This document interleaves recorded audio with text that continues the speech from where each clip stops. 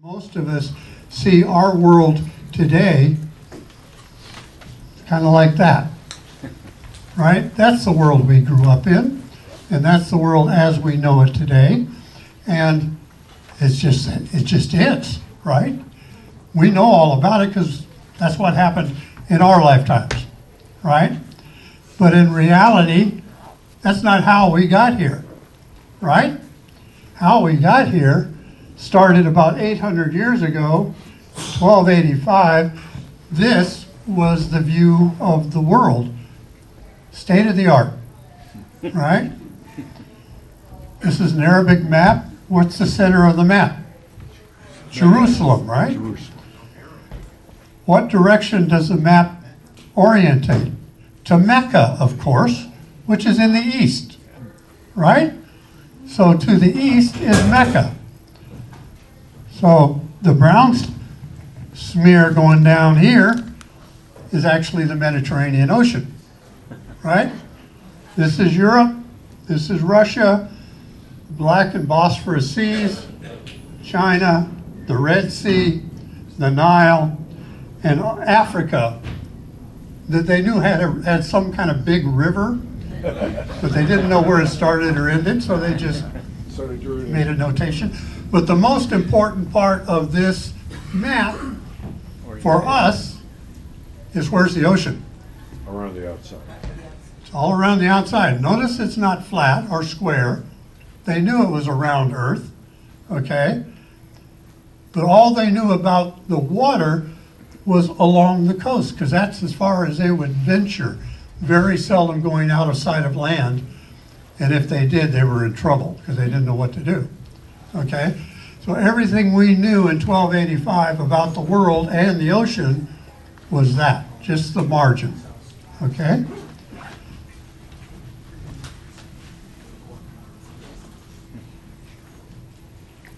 Well, around 1300 to 1400, Europe got engaged in the spice trade and the Orient trade. Heard stories about some guy named Marco Polo, who may or may not really have existed. And a lot of that was because the Mongol Empire had regularized and controlled the development of the Silk Road, okay, which existed for 1,000 years before that. But it wasn't systematic. There's spots here and there, and they pulled it all together.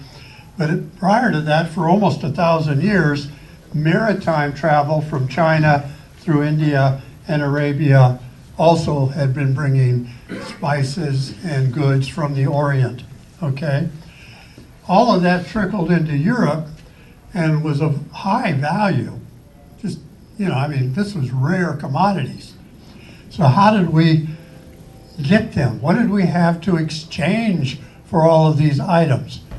And that amounts to virtually nothing. Okay? We didn't produce anything in Europe at that time that Asia really wanted, right? We were way behind the times.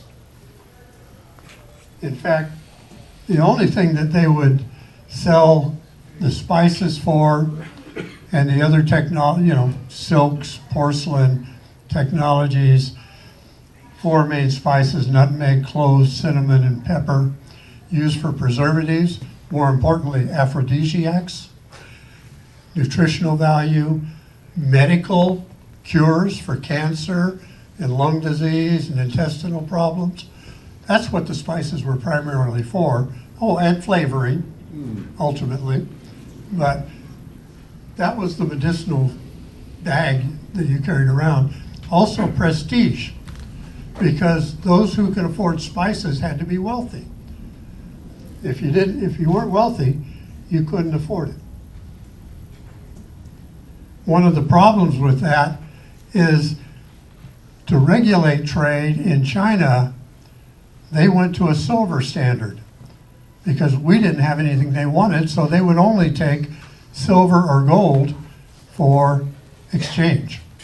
The trouble is, in all of Europe, all the gold that they had was a cube, if you put it all together, of about 8 feet by 8 feet. Okay? That's all the gold we had. We were poor. We had silver as well, but not a lot of it. So exchanging all of that just to get those valuable spices and technologies was very burdensome. Got a hand over here?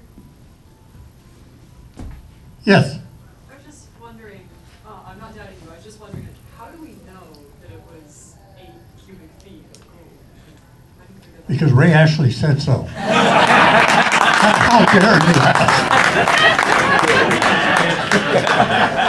We'll talk later. It's a guesstimate. All right, so that was working sort of, and then we had a little problem that came along. Because in 1453, the Ottoman Empire conquered Constantinople, what we call Istanbul today, and blocked the Silk Road. Okay, so the only way that these commodities could then reach up into Europe was coming through the maritime routes and coming through Arabia. And as a result, the cost of these items increased fivefold. So they were already very expensive. To give you an example, you buy a little tin of spice cinnamon at the store, you know, about that big. That was worth its weight in gold, literally. To buy that was a brick of gold. That's how expensive it was, okay?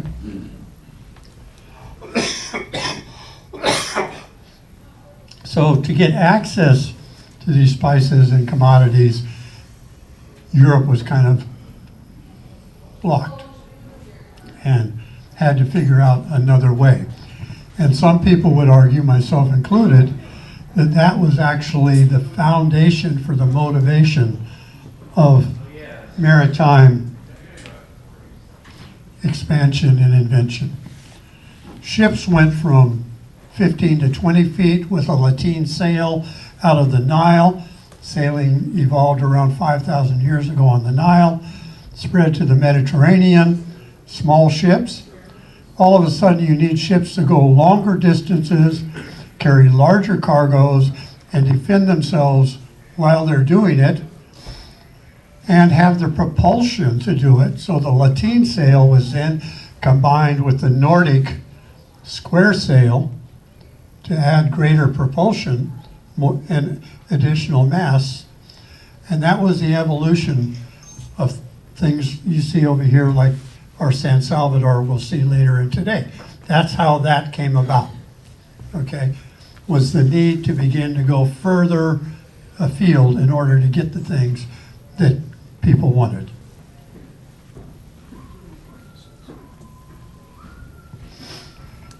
Well, that worked fine, and another motivation that really kicked in was a war of succession when Henry IV of Castile died, and his daughter, who was married to Portuguese King Alfonso V, claimed that Portugal should then own Castile. And Isabella, who was Henry's half-sister, married to Ferdinand of Aragon, said, wait a minute, no, I think maybe I should be. And so they got into a rather heated dispute, went on for some time. Castile ended up having the stronger land army. Portugal had the stronger maritime fleet, and they beat themselves to a standstill till finally the Pope said, look, you both are Catholic, this looks bad. Yeah? Why don't we settle this? So they told Castile, all right, you win, you get the land, but you have to pay Alfonso V a bride price of 106,000 doblets of gold, which is a lot of money at the time, basically bankrupting Castile, and they gave Portugal hegemony over all of the maritime lands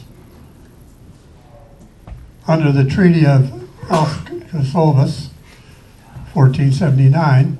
So everything south of the Canary Islands was given to Portugal.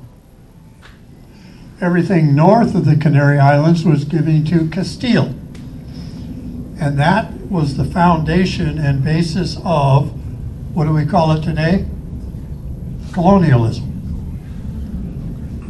The church said they had the right to divide up all of the non-Christian lands among those two countries, because they were Catholic.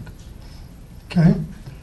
And all of a sudden, ownership of the whole world boiled down to that. Okay? So that's how things work. Spain got nothing. Everything north of Canary Islands had already been claimed, so there wasn't any place to grab. Everything south was the coast of Guinea, which was what they called Africa.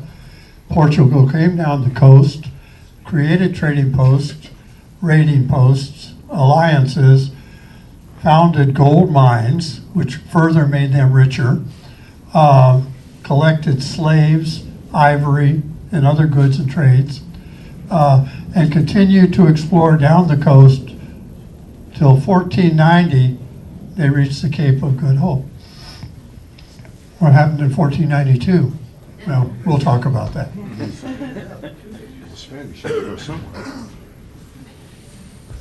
Some guy named Cristobal Colombo, it's been anglicized somewhat these days, was a Spanish nobleman, lesser nobleman, was reasonably well educated, was a navigator, got quite a bit of experience in the North Sea, which was unusual at that time, and came up with an idea of, wait a minute, they get everything going that way, why don't we go the other way? You know, the world isn't that big. It's all, you know, this is Spain and this is Japan, right? China? Well, really, it's about a quarter of 12,000 miles percent off. around. You know, the world was actually much bigger. Went to the royal, you know, Isabella and Ferdinand and Castile. They were kind of busy at the time trying to defeat Grenada, and the Moors kicked them out of Spain. Finally, they were successful in that, had a little time and money. They said, all right, Columbus, you've been nagging us about this idea of yours. We'll give you 3 old ships and some crew, and we'll send you off, see what you do. So they shipped off, went about 71 days, about 60 days, the crew's ready to mutiny and turn around and come back. Columbus says, give me a little more time. Something called, well, they didn't know what it was, but all of a sudden the crews had to be cursed because people's gums were receding and their teeth were falling out and their wounds wouldn't heal and their bones were breaking, and obviously God was mad at them. And so they finally came along the Antilles and Bermuda, and we know the rest of the story from there, and that kind of tells us why we think the things we think, okay? So all of a sudden, he finds land, and he had to find the Indies. It had to be Japan, right? Because there was no other land in between. You know, this light blue thing, they didn't know what that was. And so they must have been in the Indies. He must have got where he thought he was going, and you couldn't convince him. He actually did 5 other sails to the New World, trying to collect gold and silver, never got as much as he wanted, never got the recognition he wanted, and finally his right to be the admiral of the seas was taken away from him. But he never went beyond the coast. Yeah, he never set foot on mainland Mexico where the Aztecs were and stuff, right? Well, like he stepped on the coast of Panama and Mexico, but just the coast.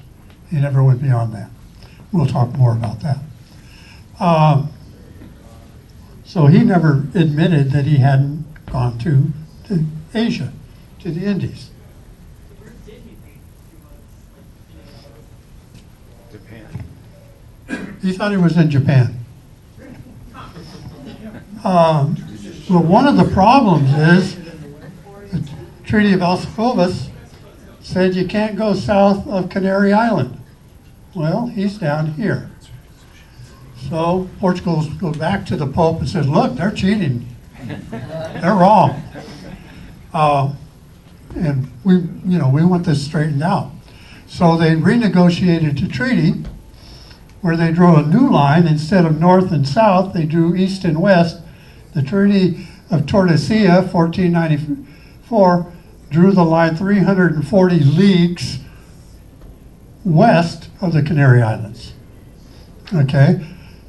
Nobody's quite sure why they drew that line there, but it's probable that the Portuguese had already found land further south, because if you're going to Africa, the trade routes or currents go this way, and you have to drop south and then get on the other currents that bring you back here.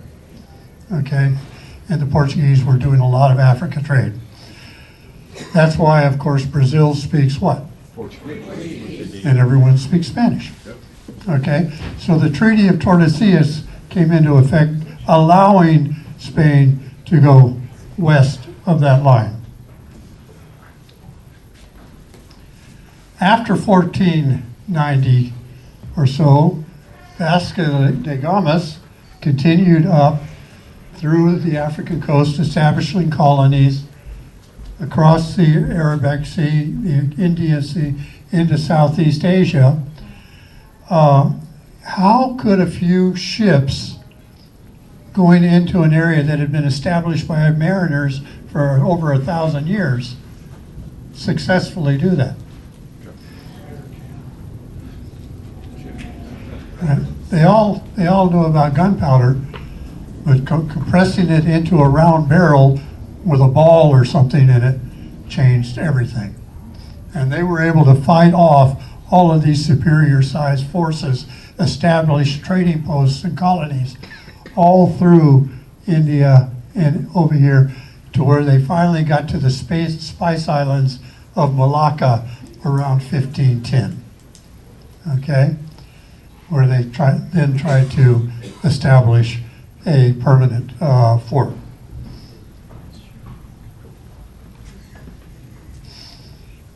All right, with that information, one of the first world maps came along that gives us a better idea of what we look at like today. Martin Valsimir map of 1507 is drawn North America, South America. Clearly they had not explored much beyond the coast. We don't know what this is. It's all conjecture. But we've got the Atlantic Ocean. A navigator who was sent from Italy, the mercantile families, to monitor the loans they had been giving to Portugal, traveled with Portuguese ships down to Brazil and South America and back in 1501 to 1503, and then wrote up some reports upon his return that talked about the Americas, South America, North America. It wasn't called the Americas up until that time, but Valsimir wanted to name what this area is so we could talk about it. And Amerigo Vespucci, Amerigo, he's the one that wrote this article. Amerigo, it's going to be Amerigo, Americas. North and South, by the way. And so that's how we came to know the Americas. Now, during this process, there's a lot of people that are going, hey, there's this new world, there's all kinds of stuff you can get, you can make your fortune, basically soldiers of fortunes or mercenaries, whatever you want to call them. We call them conquistadors, right? Because most of them came from noble or near noble families that could give them some degree of education, great deal of variance in that thought, because they were either second, third, or fourth sons. Because patriarchal primogeniture is what ruled Europe. The first son of the father gets everything.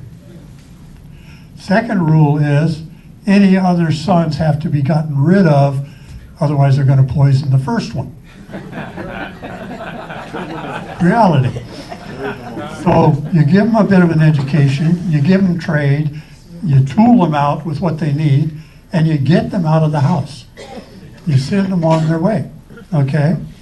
Well, one of the earliest of them was a guy named Vasco Nunez de Balboa. Anybody heard of the name Balboa? Yeah, we still have him. He was the third son of a colonel in the army, and was sent on his way on an expedition to South America.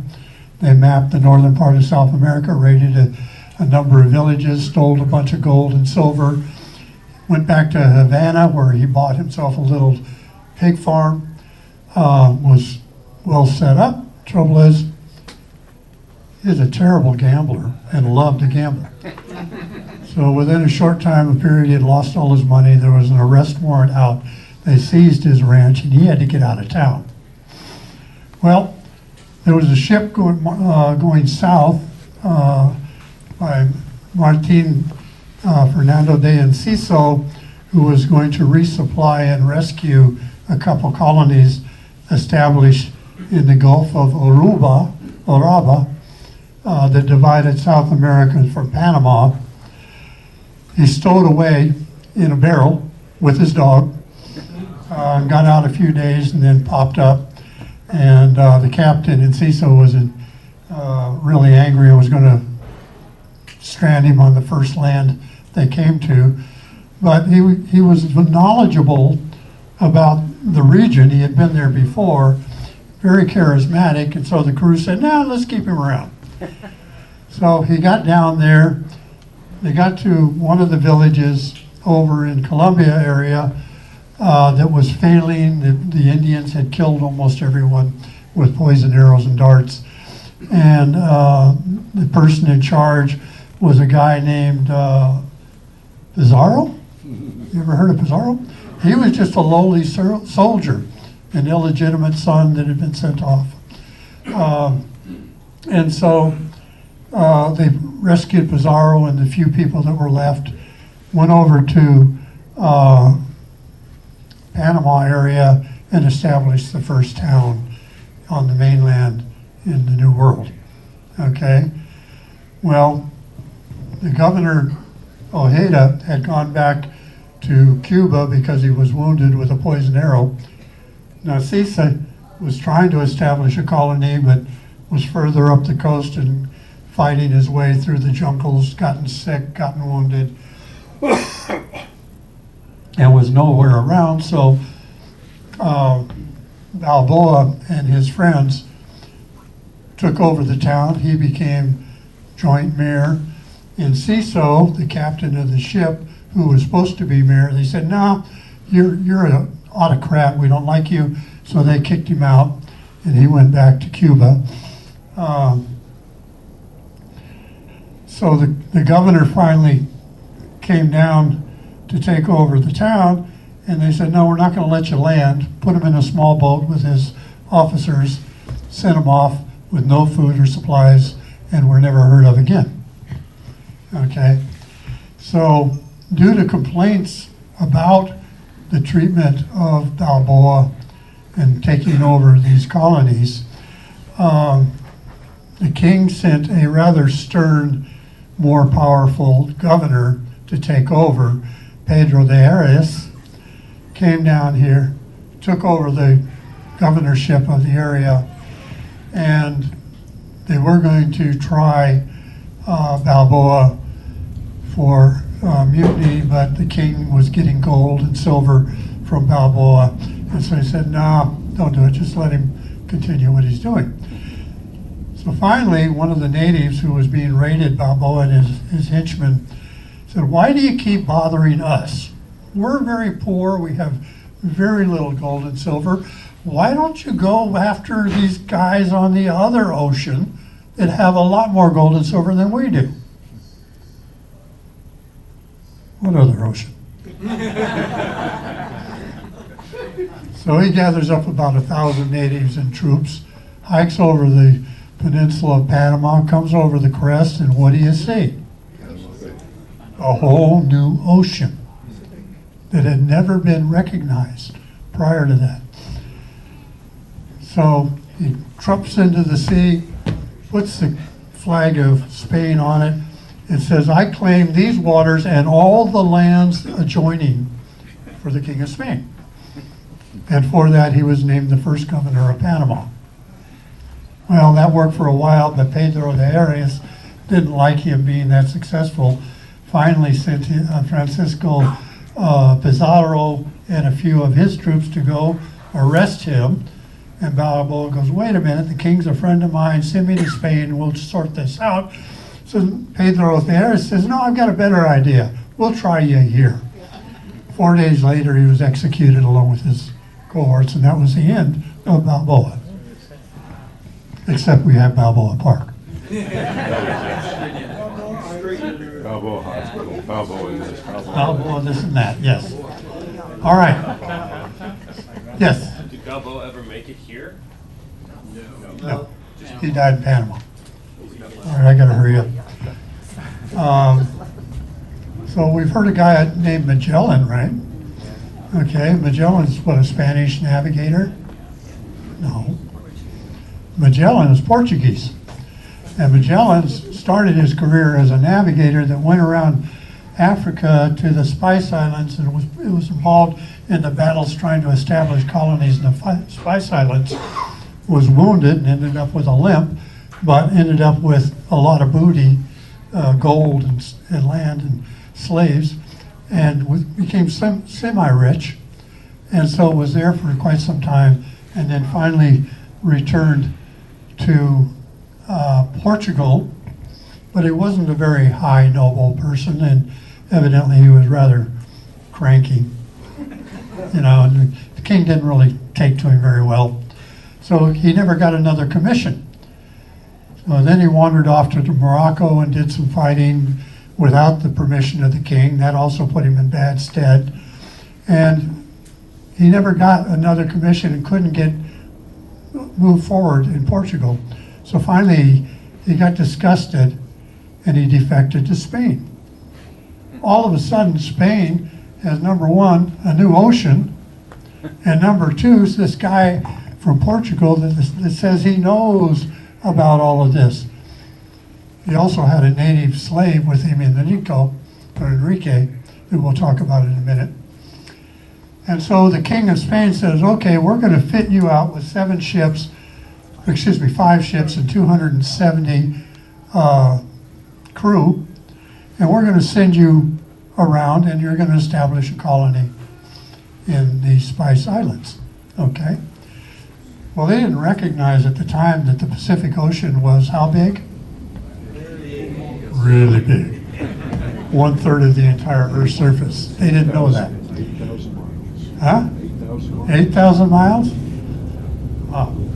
So his 5 ships went down here, mostly with Spanish captains and Spanish crews, who didn't like being told what to do by this upstart Portuguese. Yeah. Wasn't he wanted in Portugal for giving out trade secrets and navigation secrets? After he defected to Spain, yes. Yeah. He had heard that there was a passage through South America where you could get to the Pacific, and they kept going up the rivers and trying to find a way. Finally, number of the Spanish captains and crew got fed up with it and mutinied. He was able to put the mutiny down. He executed one of the captains and marooned one of the other captains and some crew people on a desert island, and then continued on down around. As they were going through, they came finally way down here to a passage that actually goes from the Atlantic to the Pacific. One ship turned around and abandoned them. Another ship sunk in the passage. And finally, 3 ships were able to make it through. After about 4 months of traveling in the Pacific, without supplies, without contact, trying to, running out of food, running out of water, all the drinking water was yellow. All the food had been eaten by weevils, moles, and just powder. They were trying to fish, but weren't very successful. They were taking leather off of the chafing on the masts and rigging and dragging it in the water until it softened up, and then cut it into pieces and seared it over a fire and then chewed it. But in the meantime, what was happening to their teeth and their gums and everything else? Right. So the Magellan trip was actually the first time that scurvy was actually discussed as an ailment from long overseas travel. They didn't know what it was causing it, but this is the first record we have that there's this new disease that's caused by long periods of travel overseas. Pirate's Punch turned out to be a good remedy. Pirate's Punch, lime juice, and That was a lot later. yeah. Yeah. So he got as far as the Philippines. He was a religious man, was trying to convert the local sultans to Christianity, was successful in some regards, but one sultan had an enemy on a nearby island of Mactan and said, look, why don't you help us get my enemy under control? He said, no problem, we got guns, we got all this stuff, so armor. So he takes his ship and they wade in to the island of Mactan, which is a very shallow area, had to wade quite a ways from the ship. And the natives on that island had been warned. About 1,000 of them were waiting for him. And he waded in and says, follow me. Never say that unless you're looking back. So he didn't make it. Okay, so that was the end of Magellan. They continued on through the Philippines to the Spice Islands, where they engaged with the Spanish or the Portuguese. Two of the ships were basically sinking, the Trinidad and I forget the third ship. The crew was dwindling. The La Victoria, which was the smallest ship of the group, was still seaworthy. They were captured by the Portuguese and escorted back to Spain. They weren't able to establish a colony. When, Magellan, of course, died in the Philippines, so Juan Elcano, one of the other captains and navigators, took over, took the Victoria back around Africa with escorts from the Portuguese to Spain, and with the hold filled with spices. Okay, this was the smallest ship of the 5. The value of the spices in that one ship paid for the entire expedition. Okay, only 18 people with Juan Elcano ever made it back, or rather made it back with Juan Elcano. One ship, 18 people. What was the cruise share? Do you happen to know that? The cruise share was a percentage. The crew was what, 270 people? No, the crew was 18 made it 18? back. Right. Those are the If ones you that don't make great. it back, you don't get paid. And Juan del Cano was the guy who brought the single ship back to Spain, and they named the Spanish tall ship after him. It visited our museum. Okay. He was quite famous. We'll hear more of him.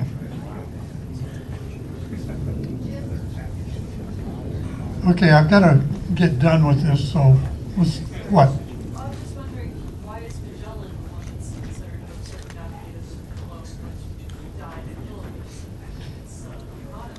Could you repeat the question, please? Why was Magellan named the person who accomplished it? Because he was the head of the flotilla.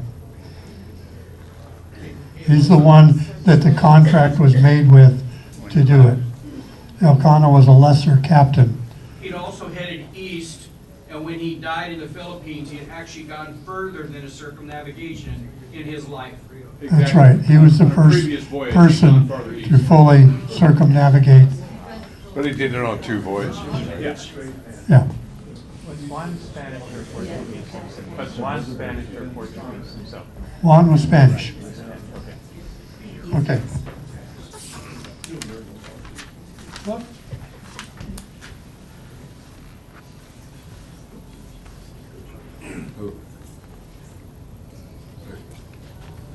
Okay. Well, this is a little bit of a side. We talked about the conquistadors, Hernan Cortez. Anyone heard of him? Okay.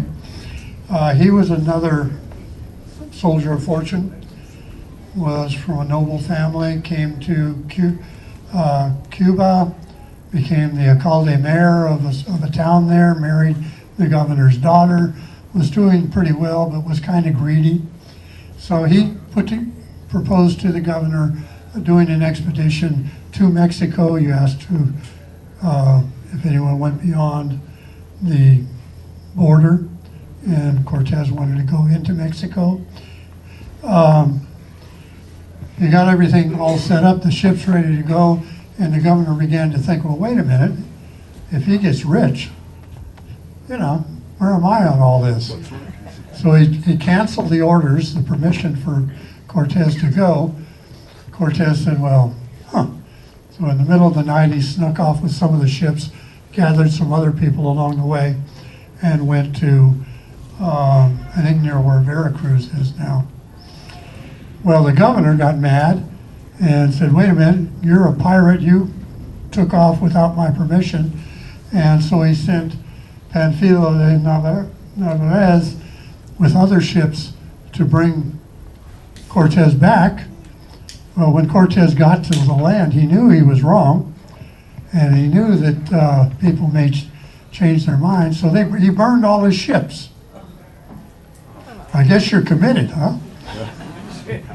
Well, Narvaez arrives, and in the meantime, Cortez had been able to bring together about 1,000 native allies and defeated Narvaez's forces and gave them the choice.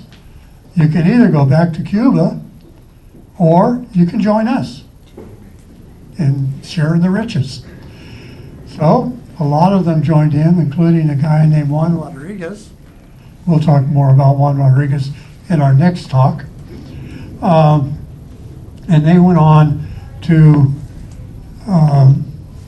Tenochtitlan, where the Aztec capital was, captured Montezuma, ultimately executed him. The Aztecs then rebelled and drove them off the island, and so they built barges to float their horses and armaments and soldiers back onto the island in different places. Juan Rodriguez was one of the people involved in building of the barges, so he gained some degree of knowledge about how to build boats. And they ultimately defeated the Aztec, as we know.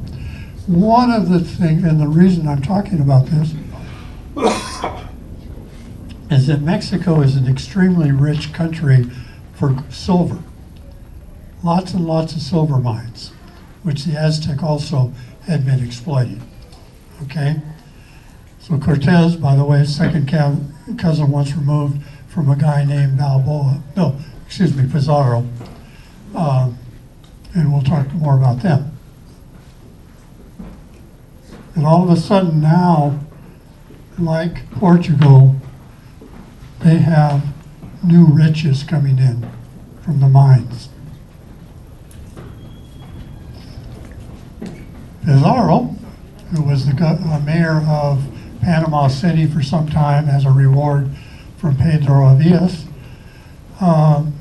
said, look, I heard that there's a lot more gold to the south. And so he did 2 expeditions down to the south trying to invade the Incas. Wasn't very successful. Avila didn't want him to continue, but the King of Spain said, yeah, you're okay, go ahead and do one more. So he got 3 of his brothers and a cousin and a bit of his family. See, this whole colonial expedition to the New World was very familiar. It's actually a very small group of noble people and relatives that did this. It's amazing. So he captured Atahualpa, who was the emperor of the Incas, and said, look, just ransom me and they'll buy me back. So they said, okay, fill this room we're in with gold. Completely fill it. So they did. His people brought all this gold and filled it up. And, Pizarro going, yeah, but he's just going to go back and be trouble for me. So he executed him anyway. And that's how they took over the Incas. So all of a sudden now, like Cortez, he's got a lot of gold. And Quintal Real, who knows what Quintal Real is? King's Fifth. The King's Fifth. Everything that happened in the New World, 1/5 of which goes back to the king. That's a lot of gold. Huh? That's a lot of gold. That's a lot of gold, a lot of silver, a lot of slaves, a lot of wealth. Okay. So Spain is now as rich, if not richer, than Portugal. So they sent another expedition trying to establish a colony in the Spice Island. This was Garcia Joffre Loaiza, and his second in command was Juan Elcano, who we've already heard about. Okay? The same problems that Magellan had some mutiny, people turning back. Got around finally the coast of South America. One ship got lost in a storm, and so followed the coast up to Mexico. Only one ship actually made it to the Spice Islands. Okay? Along the way, Loaiza and Elcano both died of scurvy. But there was a young man who was a navigator, his first expedition, named Andre de Urdaneta. Okay? And he was there. They had their one ship, which was actually superior to the Portuguese ship that was in the area. And so they ended up winning quite a few battles between the Portuguese and the Spanish on the different islands of the Spice Islands for a number of years, until finally their ship foundered and they got captured. So Urdaneta actually spent 8.5 years in the Spice Islands. Okay? Finally captured by the Portuguese and returned to Spain. Tried to tell the King of Spain, this is what happened. All my charts and notes were taken by the Portuguese, so he redid them all. Charts, notes, and everything. But people were going, you can't really trust this. It's probably a story, And so they didn't pay attention to him. Ultimately, he got frustrated, said fine. He went back to Mexico and became a St. Augustine priest. And is very well noted for being a protector of the natives from Spanish colonialism.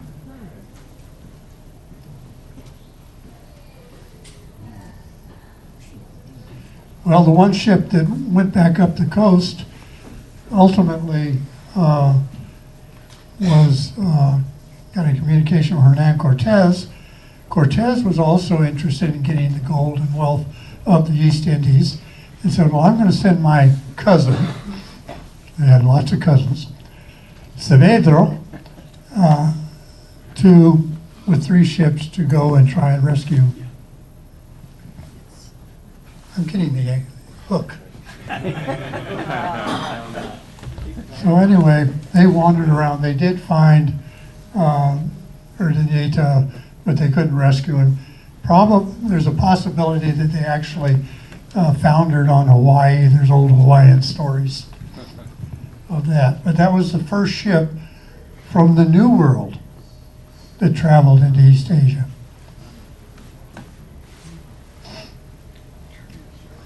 So now the Spanish are in the Spice Islands competing with the Portuguese. And the Portuguese say, this is not fair. We had permission to go that way. They said, yeah, but we didn't know the earth went all the way around. And now these people are there, and there's no restriction for them on this eastern side. So they did a new treaty, Treaty of Zaragoza, that drew a new line, happened to include the Spice Islands and the Philippines into Portuguese territory, and the Spanish were cut out again. They could have all of the Pacific Ocean they wanted, it was empty.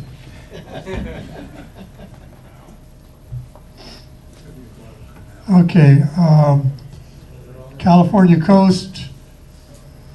California was thought to be an island ran by Queen Khalifa. We're running out of time, so I'm going to skip. Aloha traveled up the coast and discovered that Baja was a peninsula and not an island, and so that's what the New World looked like in 1542. What happened in 1542? Well, Rodriguez, Juan Rodriguez, who had become a wealthy rancher and was a lieutenant of Cortez and Alvarado, was ordered to go up the coast and try and find a way to, I won't tell you that because it's the next talk. Finally, Legazpi, who was a governor of, or a mayor of Mexico City, was asked to take another venture to the New World and establish a colony in the Philippines. First, it was offered to a guy named Andre Urdaneta, who was a monk. Said, no, I don't want to be in charge, but I'll be the navigator and prelate of that. Legazpi established a colony first in Cebu, the island of Cebu, but then in Manila, and that was the first Spanish colony in the Spice Island area. And he developed very good trading relations with the Chinese traders, who technically were outlaws because China was closed to foreigners and were not permitted to trade. But a lot of Chinese said, well, I can get rich and go do it. So they did. But that's how we got connections with the spice trade between China and and Spanish.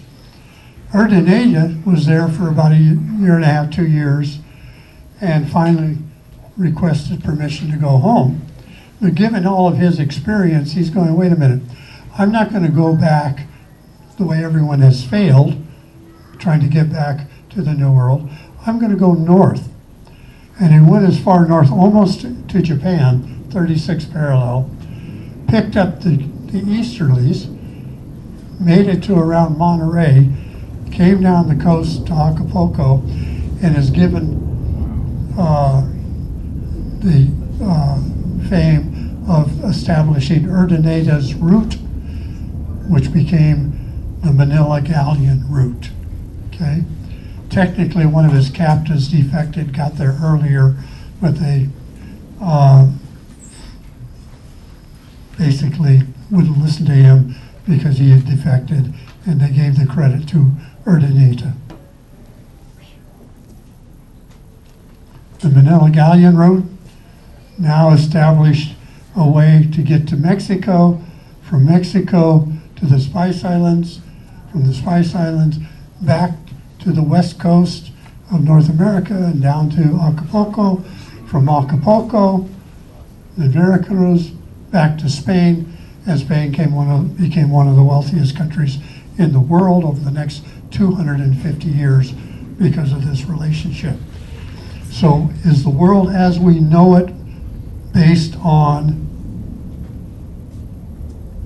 maritime technology and the Pacific Ocean? Maybe a little new perspective. Okay, I've been told I'm over my time. So let's take a 5-minute break, and then we'll have our next talk.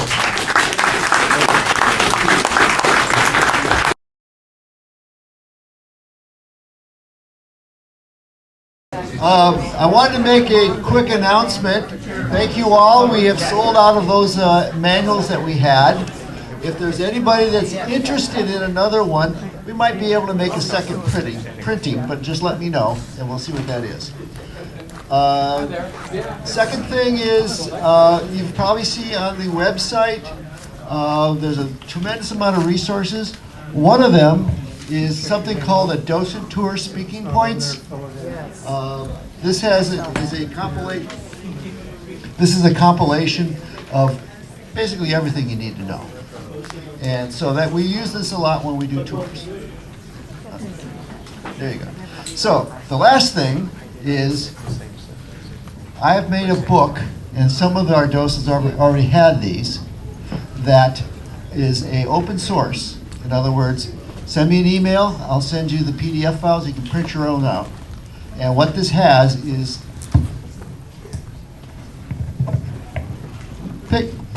pictures and statistics that you can carry around with you as a help. All right? So if you're interested, send me an email, I'll send you the PDF, you can print it out yourself. Hi, Tex. Docent. I'm sending around for the trainees the attendance sheet. If your name is not on the list I have, be sure you put your name on, your email address, your phone number, and I will send you all the information you need to have. This is the largest group we've ever had, by the way. And so we're struggling to get you all enrolled, okay? Mark. A couple of people have indicated that they've showed up late because they thought it started later than it does. These classes begin at 9 o'clock with coffee, but we generally get started before 10. We have things like David's short presentation will start before 10. We'll have a few announcements. But we do need to keep moving it along. So, just so as you all know when we're supposed to be here.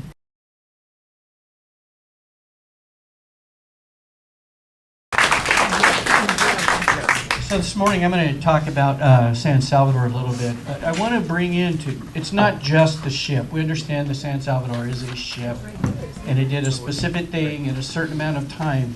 But as we learned just a few minutes ago, there's a history, and there's things where you can make a left turn and you can make a right turn. You have political influence, you have social influence, and you have other different things that happen. The nice thing about this museum is we have a lot of ships. There's too many to count. You know, some people say there's 5, some people say there's 7, some people say, why don't I count the models? So I need clues for me to help work through different things. So San Salvador is the first European exploration of the Pacific Western United States. There's a lot of adjectives and descriptors in there because things were happening on the eastern part of the country. Things were happening in this part of the country, things were happening further south. But San Salvador was the first ship to basically make it to the Pacific West Coast of what we would call the United States today. How do we remember all these things about all these different ships that encompass 500 years? So I come up with my own little cute things that I do. And when I think of San Salvador, it's 1542. And I think of the answer to the ultimate question of life, the universe, and everything, which is 42, right? So that's my 42. That's how I remember 1542. I was on a cruise not too long ago where one of the docents said 1452, and I laughed on the inside because that's a whole nother story. Another one for 42 is if you're a baseball person, Jackie Robinson. You can remember that for 42.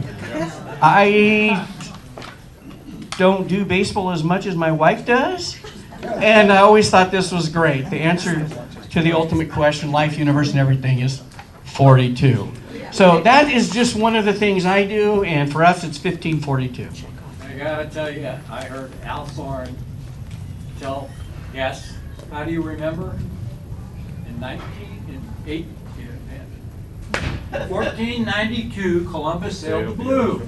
Yes. All of us old enough to know the jingle. Sailed the ocean blue, right? 1542, Cabrillo sailed too. Yes. Yes, exactly.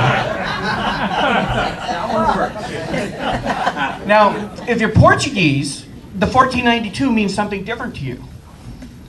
Because 1492 was when somebody went east and made it all the way to India. That was Vasco da Gama. So you had the two 1492s, but we always remember what we hear more often, aside from... And he never really Stands even out. got here either. Pardon? And he never really even got here either. Yeah. Potato, potato, I mean, you can argue all those things, okay.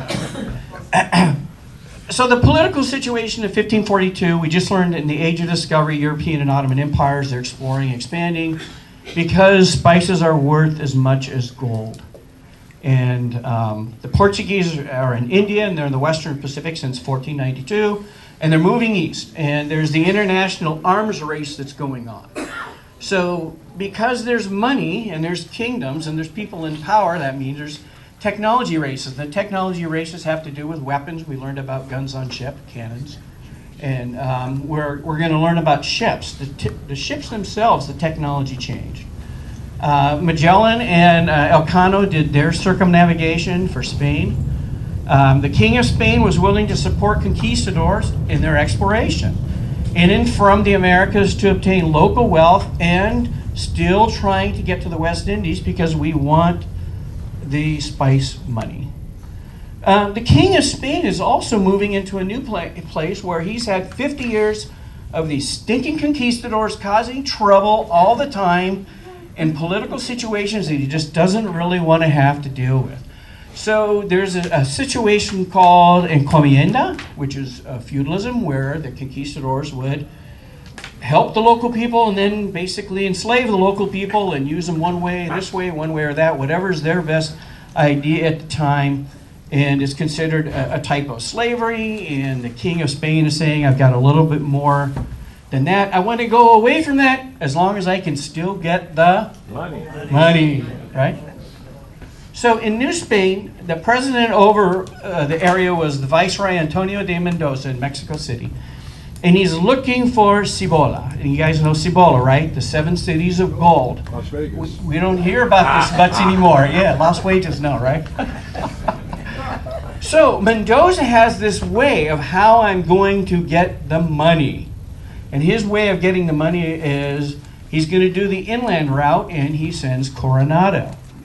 And he's going to do the Western Pacific sail, which is the Alvarado and eventually Villalobos trip.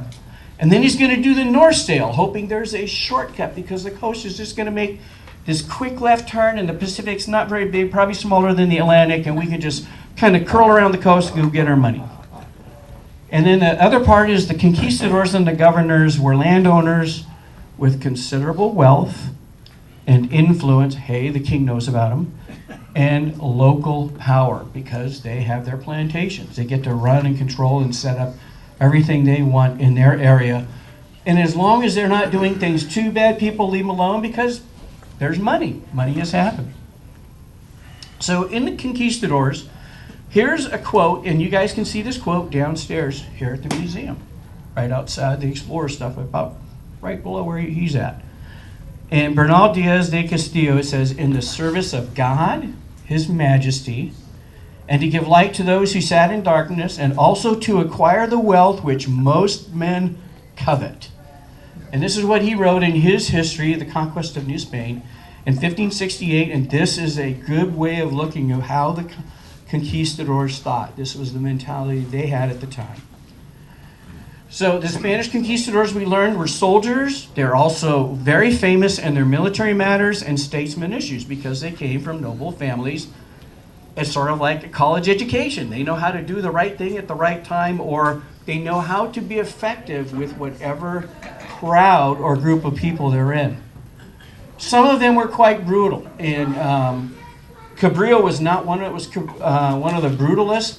But we are going to take a brief look at the brutalists, and we should look at this because some people really have a problem talking about Spanish history and conquistadors. And there's going to be a number of things that happen with this that are somewhat controversial.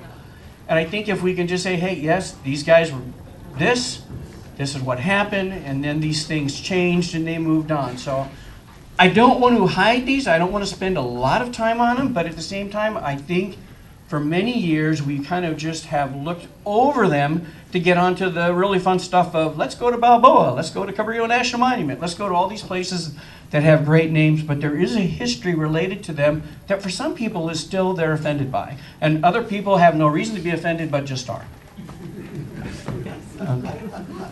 So, encomienda to repartimiento. And this is the plan where there's the abuse of some of the conquistadors who wanted to be feared more than loved. And they were products of their time. And this is per a Spanish historian named Antonio de Remisal. And not him, but then you go online, you can say, hey, who are the really bad? Who are the really abusive conquistadors? And the first one was Columbus. And we learned earlier he had his voyages, went back and forth, and then he wasn't the admiral anymore. It's because the king called him back and says, get the heck out of there.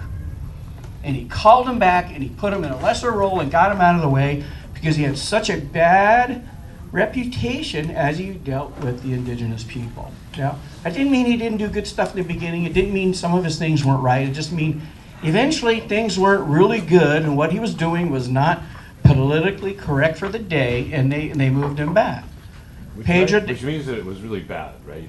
I mean, if it wasn't PC in that time, yeah, right, it means it was really, really bad. I am a very amateur historian, but one of the things I learned very early on in being a historian was do not make yourself guilty of presentism. Do not take what you know today and make that change and judge the heart of a person or what they were doing then. Because if you didn't know what you knew today and you were put in the same position they were, would you make the same decision? So we want the wisdom that we have of today. We want to be very careful with how we judge other people with that information. Now, I get 40 minutes today, okay? And in my 40 minutes, I really have 33. And I don't really want to get into a lot of questions and history and go through a bunch of bad stuff on the conquistadors, okay? I just want us to know there were issues. These guys had a bad reputation. Pedro de Alvarado, Hernan Cortez, and Francisco Pizarro. Cortez, who went to the Aztecs, Pizarro, who went to the Incas, okay? They have a bad reputation. Just to be fair, though, I think his question was, why did the king pull them back? Why? Because he thought it was too much. The king thought it was too much. So yes, you're right. I mean, and that's what I was specifically saying. If the king thought it was too much, then it was really, really bad. So what was the magic year that Cabrillo came to California? 1542. In 1542, King Charles V, a Spanish king from the house of the Habsburgs, remember? This is the Holy Roman and Spanish Empire mixed together. In 1542, he put in new laws to cancel the encomienda at the death of the conquistador. The encomienda was, hey, you're in charge of all these people, you own all their stuff, and it's in perpetuity. And he says, no, when you die, that goes away, we're going to have a governor, the governor's going to rule things, you don't get to keep things, you're not the lord over everything forever. And with repartimiento, the king assigned the responsibility to the viceroyalty of New Spain, and things moved. So slavery did reduce eventually over time. Individual labor and capitalism grew. Some other things that's pretty interesting about this time, in the 1550s, the very first university in the Americas was made by the Spanish in Mexico for both priests and rich princes of the Aztec kids. So the Aztec kids, they have a university to go. There's supposedly another university that was made. The very first printing press in the Americas went to Mexico City in the 1550s. Printing presses were 110 years old, brand new technology. It was a huge thing in Spain. There were dozens of printing presses in Spain. They were printing like crazy. The Spanish new somebody can help me out, was called the new generation, the new revolution, new whatever, not revolution, but there was a regeneration and a rebirth in Spain with a lot of things growing and happening at this time. So there were some good things that were happening as well. And then you're like, okay, and I call this the why go north part. So they already went to central Mexico and got the gold from the Aztecs. They went south to Peru to the Incas, and they got the gold and silver, and they realized silver was worth, in some ways, more than gold. You guys know why? Do you remember what we learned in the first thing? Trade with China. They didn't want gold. They wanted silver. So the silver mines were growing. So in 1521, Cortez went to get the Aztec gold. 1532, Pizarro got the Inca gold and silver. Cortez knew, hey, we got to get more stuff. So in 1532, 33, and 35, him and others said, hey, there's going to be gold and pearls if we go north. So let's go north. And he financed the 3 voyages along the coast up to the Gulf of California. And they went in there. 1539, he sponsored Francisco Aloa to go. And he went as far north in the Gulf of California all the way up to where the Colorado River comes out. Okay?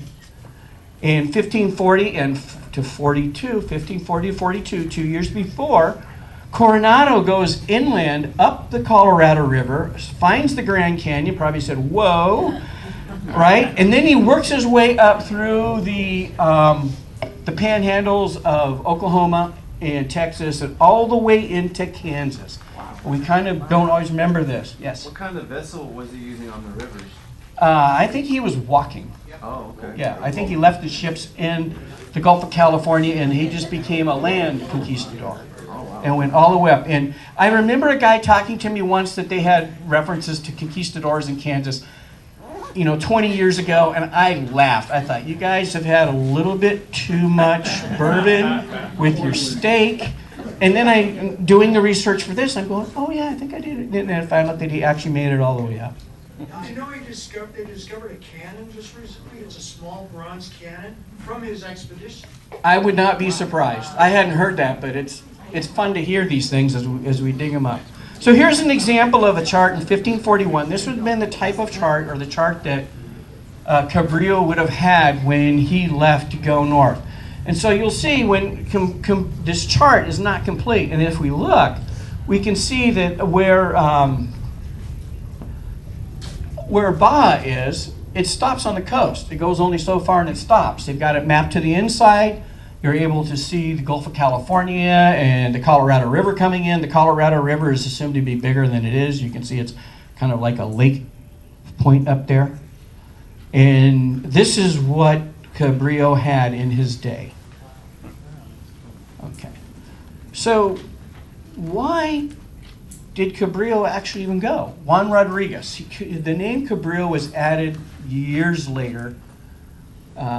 We don't exactly know why, at least not in my research. I haven't been able to find out why. And again, we're going to get into this area. Was Cabrillo Portuguese or Spanish? We're going to get into that a little bit, but we're not going to get, like I said, 40 minutes.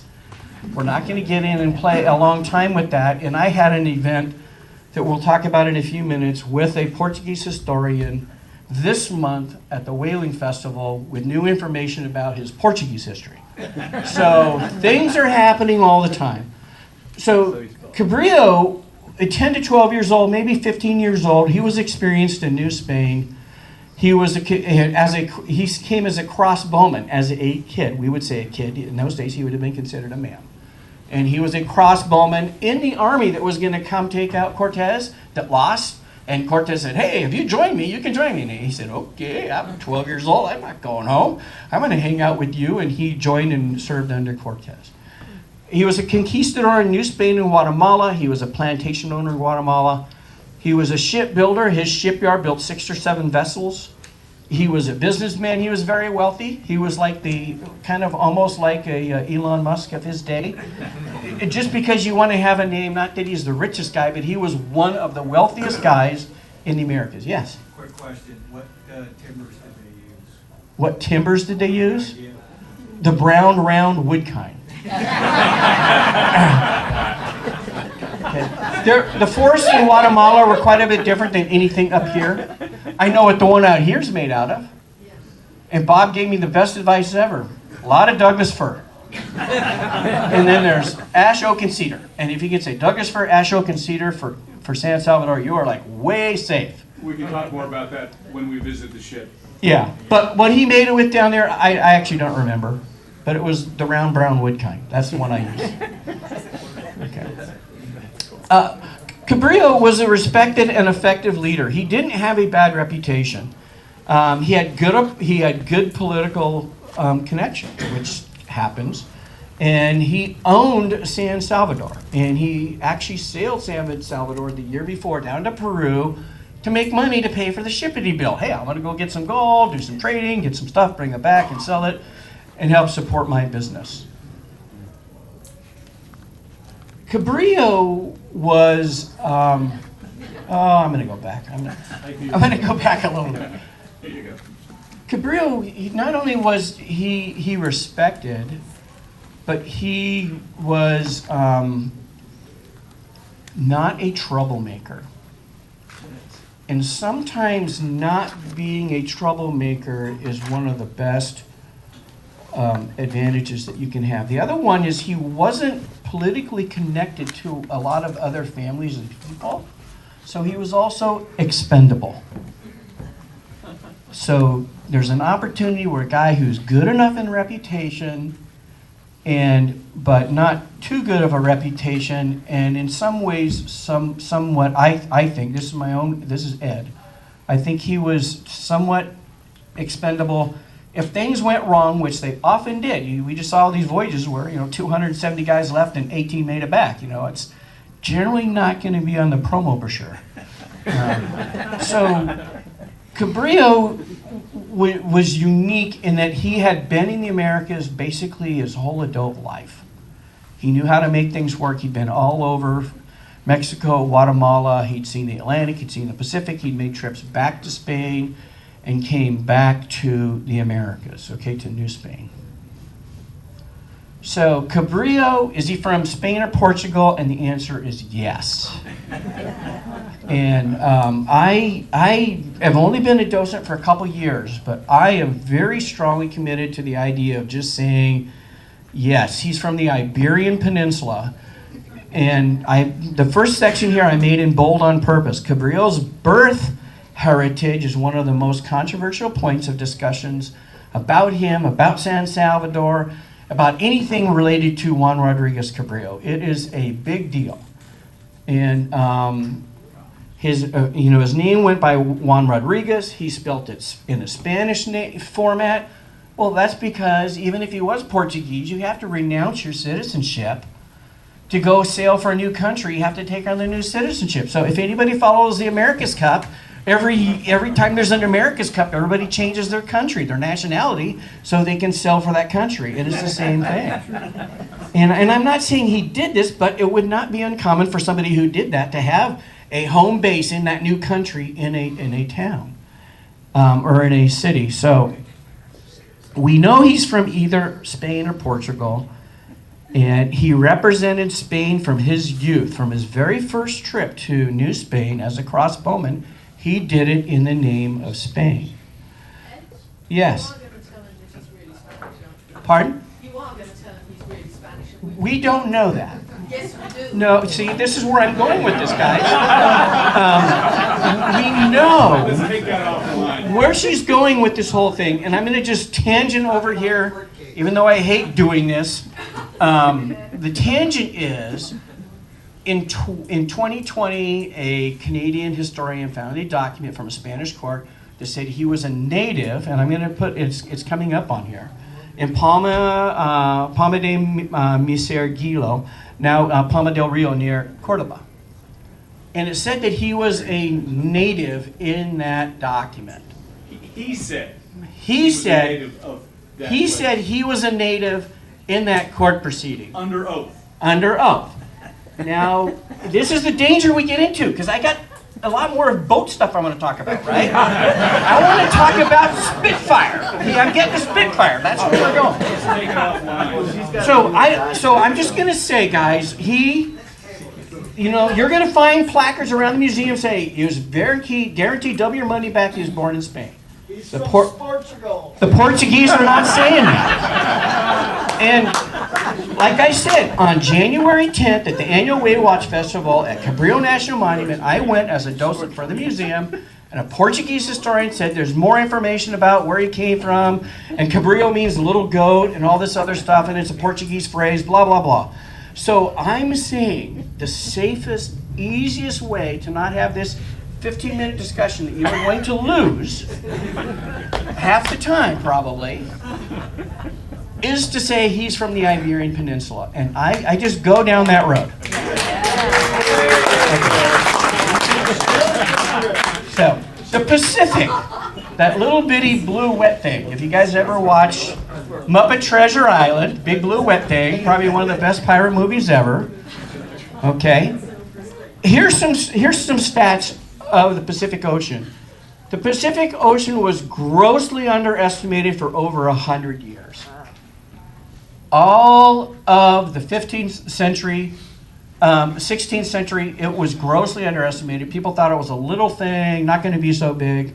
So these are some numbers I found online by NOAA and some other places. 50.1% of the oceanic water by volume is in the Pacific. 46% of the water surface of the Earth, 32% of the Earth's surface, and it's 12,000 miles to go from Colombia to the Malay Peninsula. So how far around is the Earth? 24,000. So it's like halfway around the world making that voyage. This is a simple piece of context that was not known. Columbus didn't get it, the Kings didn't get it, most of the explorers didn't get it, and that's how we got scurvy. Scurvy seriously got figured out by people trying to float around in the Pacific. It had different names. It was called the South Sea by Balboa in 1513. It was called the Pacific Ocean by Magellan in 1520. It was called the Sea of Magellan until the 18th century. The world called it the Sea of Magellan in honor of Magellan doing the circumnavigation. And then in 1979, a historian named Oscar Spate started calling it the Spanish Lake. And some people still, you'll hear that phrase come up sometimes by people studying explorers that called it the Spanish Lake because it was a closed sea. The Spanish basically owned the ocean for a long time. Drake came 50 years later and some other stuff happened 40 years later. 300 years.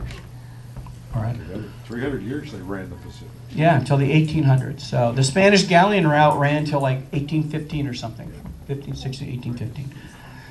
So why a galleon? The galleon was the most modern ship designed for commercial and military ocean service. And people will say, well, where was the galleon designed? And if you go to Portugal, they say invented in Portugal. If you go to Spain, they say they invented it in Spain. But we do know that Prince Henry the Navigator, who wasn't the oldest son, which is why I had to start a college, which really wasn't a college, in southern Portugal, they taught all this stuff. He actually adjusted ship designs. They think he was probably involved, or his group was involved in the design of the galleons from Portugal. Hearsay, he did redesign caravels so that they would be faster.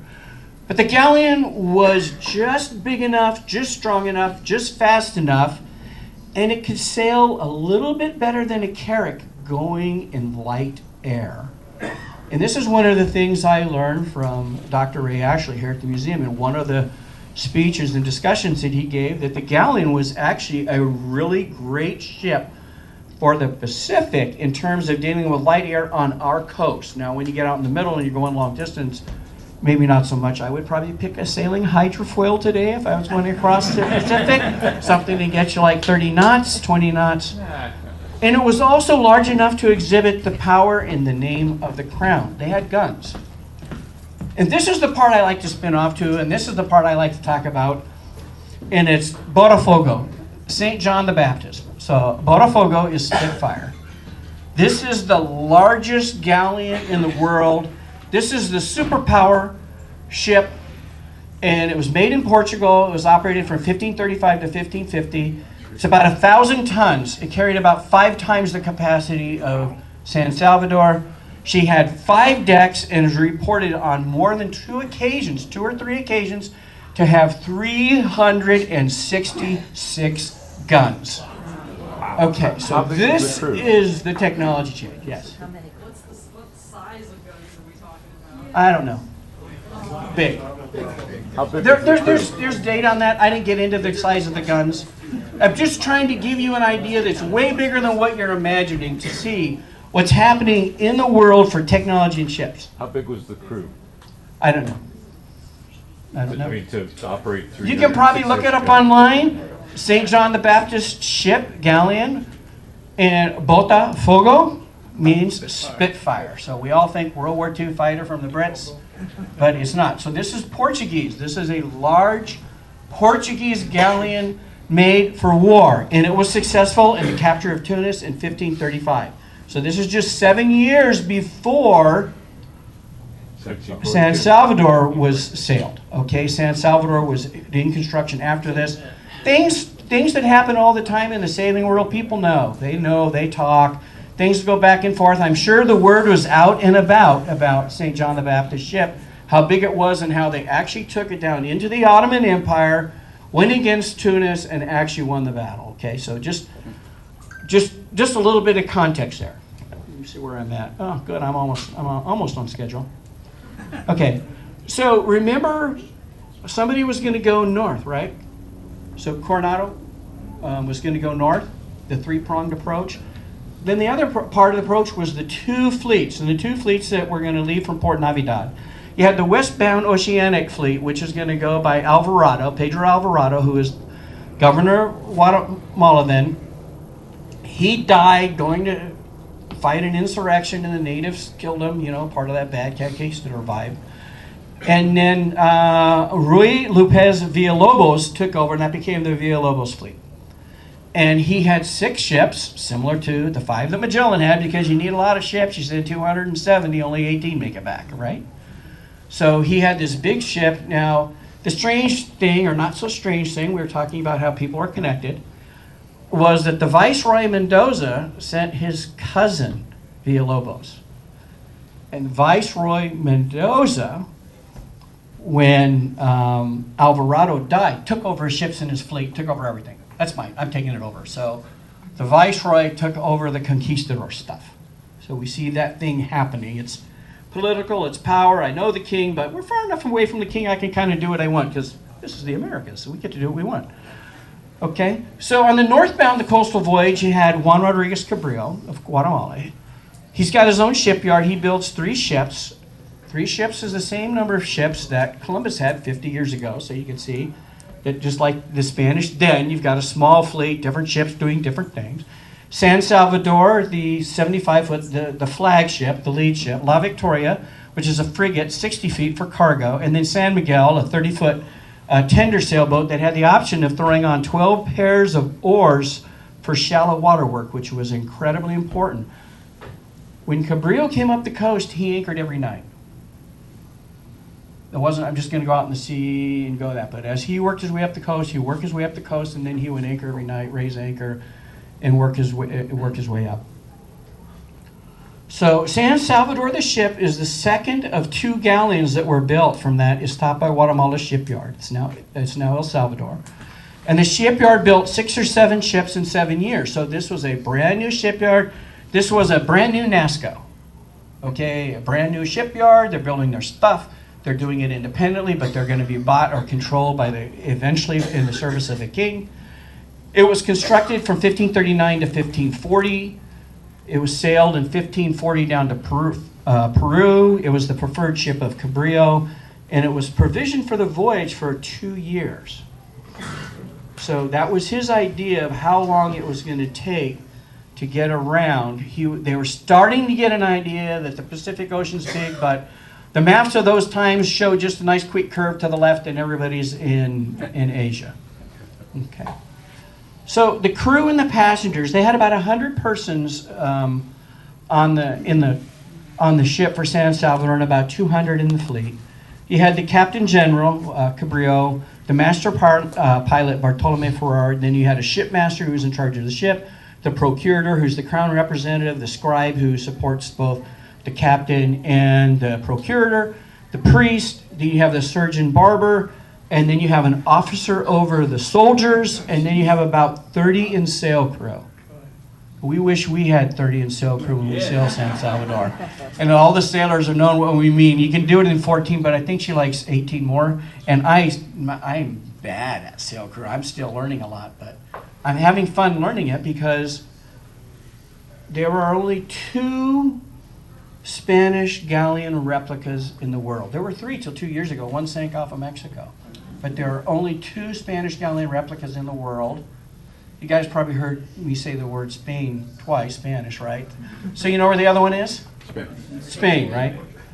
Except for during the summer months, they're in England getting all their money back.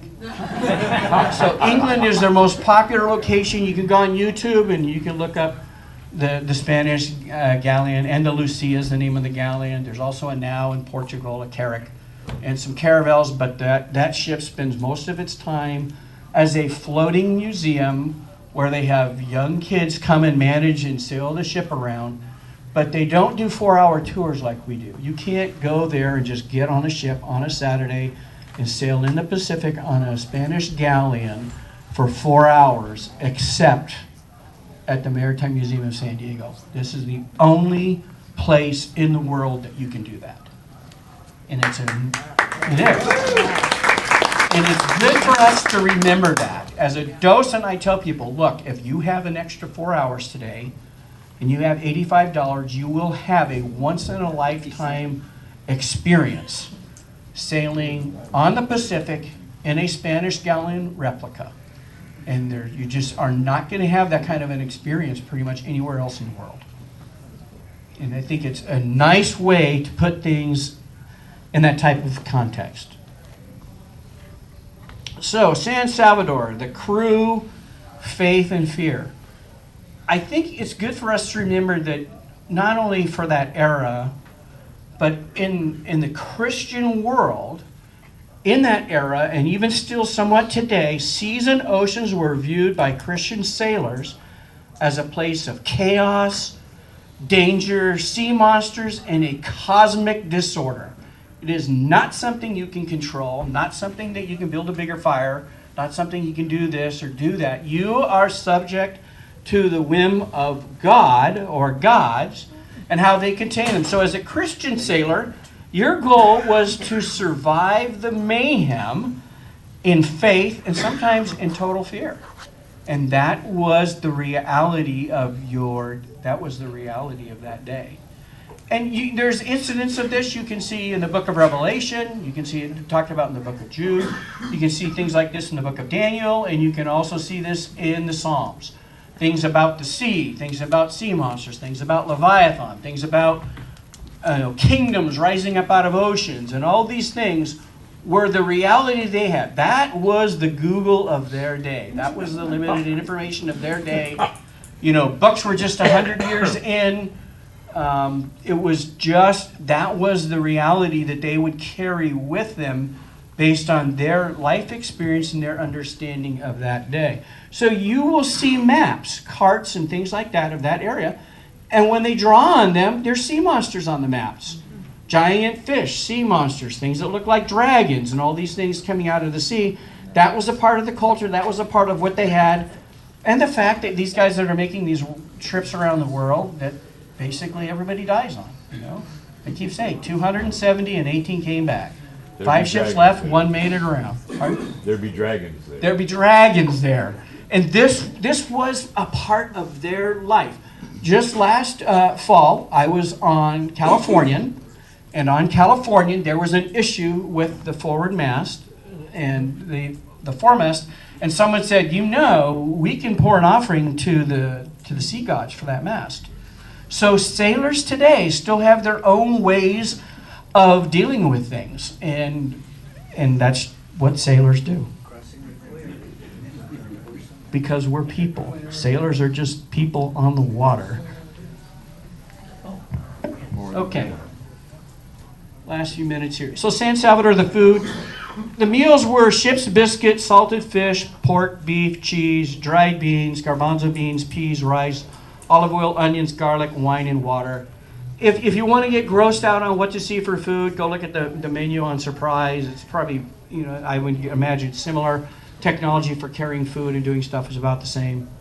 And then you have the livestock of sheep, pigs, chicken, and fresh fish. How much time? 10 minutes. Okay. I'm way good on that, thanks. So you had this, and then Cabrillo told them, catch fish. catch fish, catch fish, catch fish, catch fish, which there's a lot of fish here on the Pacific.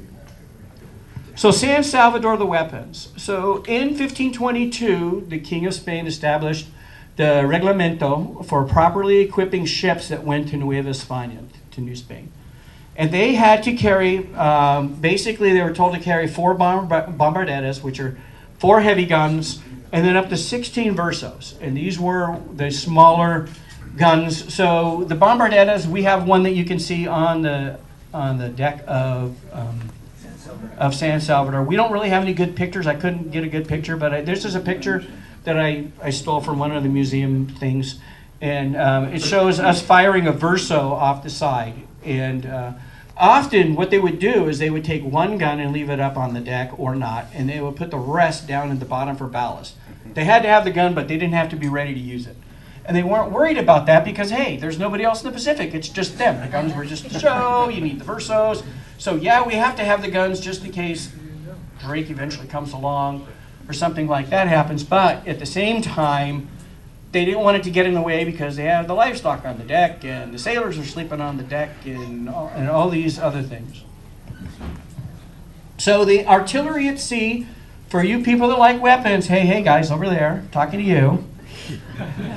This is from Robert Munson, who's a historian at the Cabrillo National Monument. And I took this quote and I'm just writing it. I'm going to read this quote.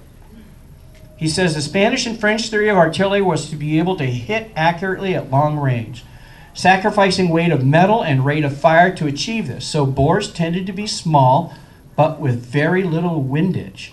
They would bounce around the barrel of fire, but have greater accuracy. The Spanish theory was to be sure to do enough damage at long range with 1 or 2 shots to slow the enemy down so they could close and board his ship with their vastly superior infantry. And the Spanish infantry was world renowned. Okay, they were known.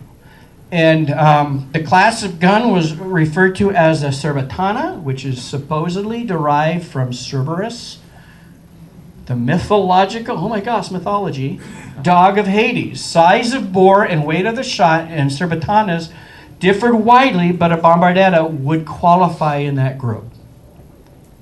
So the effective range of their guns was about 100 yards for really being effective against the ship. But their point was to slow them down, scare them, either make them go away, or we're going to get close enough and board you, and our army's going to take you out. So San Salvador's on navigation. The technology is they had the compass, the quadrant, the astrolabe, and the cross staff. See these in the museum now. The Art of Navigation exhibit is going to be going away in just a couple months. And I really encourage you to spend as much time as you can. I go there almost every time I come to the museum. I squeeze out 10 to 20 minutes. I've been in there 10 or 15 times in the last 16 months. I will probably be in there again today because I continue to learn and absorb the technology of information that they had for navigation and the evolution of that navigation and the ability of the ships to change in that. That is a golden exhibit. I asked Dr. Sheehan if he had a video or something because that would be an awesome 20-minute or hour video of that exhibit. So here's the tools that were there. I'm not going to go over the tools and what they do today. You guys can kind of learn that on your own. Here's the voyage. The voyage, he left in June 27th, 1542. They departed Puerto Navidad.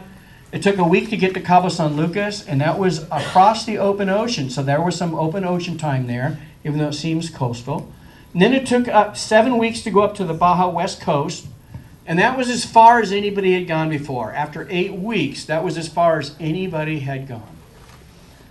And then on the 29th of September, he made it to San Diego Bay.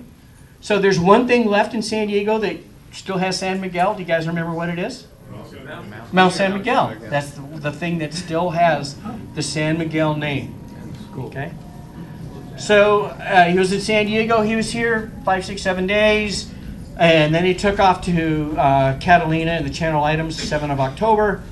And then the Russian River, which is north of San Francisco in Mendocino County. It comes out at Jenner by the Sea. They just call it Jenner now. It used to be called Jenner by the Sea. That's the angle name. I don't know what it was during those days. And then back to the Santa Cruz Channel Islands. Cabrillo died. He got injured and sick and died. And then I forget his number two, the pilot guy took over. And Ferrer, thank you. Bartholomew Ferrer. So he told him when he was dying on his deathbed, go north, keep going north. And so went across to get water and went up to the Point Arena, Oregon border region. And you can see lighthouses as you're going up the coast. You can see points and lighthouses, Punta Point. And right when you get up into that area, the Spanish names stop. Yeah. Point Arenas. Just above Point Arenas in that area. So then you have the Spanish names stop, and then you have some other places that have Russian names. Fort Ross is Russian below there. And then you have Drake's Bay for Drake, 50 years later, just north of San Francisco. But all the Spanish names are going up the coast, okay? Okay, so then they came back. They found out it sucked. They can't really get there. But Ferrer did one of the things that showed he was an exceptional guy that understood sailing and the weather and the coast. When he went on the second trip, he went out into the ocean directly west for 3 days. He left the coast because he realized to go north, I had to go west because the currents and winds were against him. And that's how he made it a little bit further than the Russian River, a couple hundred miles further north to what we would say would be the border today. So he made a really large tack. A really large tack, and he came back in and then went up. Ready for a storm. Yes, he went through a storm, some other stuff. Again, I got 40 minutes. You guys can read that. In the history, the San Salvador stuff, you've got it in the manual. Then we have the indigenous peoples along the coast that were friendly. They talked with them. They knew them. So we have the Kumeyaay in San Diego. I don't know how to pronounce the other guys, the Tongva. In LA and Orange County, the Chumash I know because I've seen those guys at the Channel Islands before. And then the Castanoans who are up north near Monterey. And they would trade things and they would work. Some of it was good, some of it was not so good. There was a couple of fights. But we'll go from there. Cabrillo, he died in the Channel Islands or just after the Channel Islands. He died on January 3rd. He was sick for about a week and a half to 2 weeks. They think he got gangrene. They don't know if he hurt his arm, hurt his leg. And this is a copy of a photo of a piece of stone that they think may have been his headstone. There's a copy of this downstairs on the Berg Lake. And it's a possible headstone. It was found in 1901. There's a lot of stuff around this that is kind of questionable. You would know more than me on this, but Nobody knows. Nobody really knows. And when they don't really know, you kind of wonder if it's not real.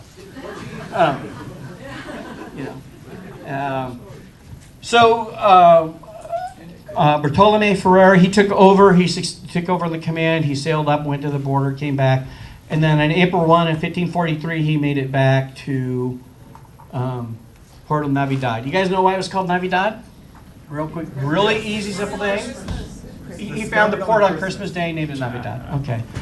So San Salvador went back the next year in 1544. She went on a cruise heading off to Peru. Was never heard from again. Okay. So that's the real San Salvador, and here's what's happened as a result of that cruise. San Diego and California were first visited.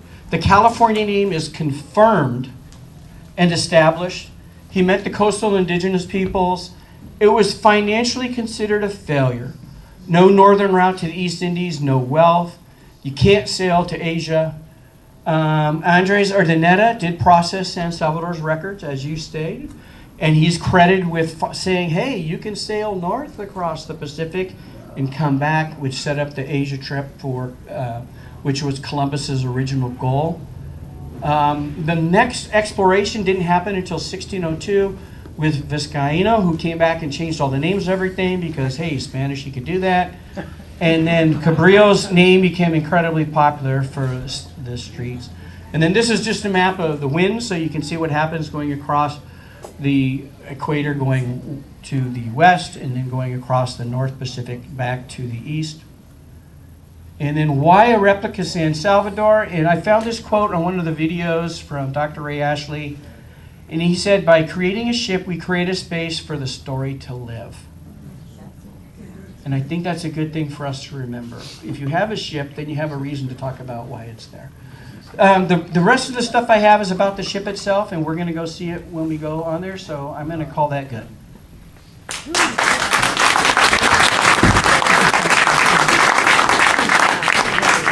Real quick, there is a documentary called The Voyage of the San Salvador, and it also has Al Sorkin from out here in it. It's a National Park Service movie, and it's wonderful. Yes, there are 3 movies that you can link to at the National Monument, Carrillo National Monument, and their movies are 35 seconds, 7 minutes, and 20 minutes. They're in English and Spanish, and you can get right to them on the, I think it's their movie media page at the Cabrillo National Monument. They're on YouTube, but you try and find them, and you got to go down pages to find them. It's possible that some of the new folks may not know that Ray Ashley, Dr. Ray Ashley, was the director of the museum until the end of 1995. We now have Dr. Christina Canet Brophy, who is now our president. Yes. Well, that was an excellent presentation. Thank you, Ed.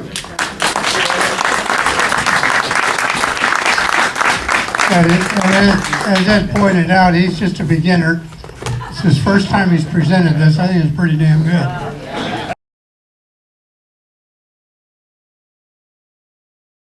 All right. Before we take a 5-minute break, the next phase of the presentation is to do a walkabout on the San Salvador to get familiarized. Captain David Berg is going to lead that, and he's got a word before we take a break.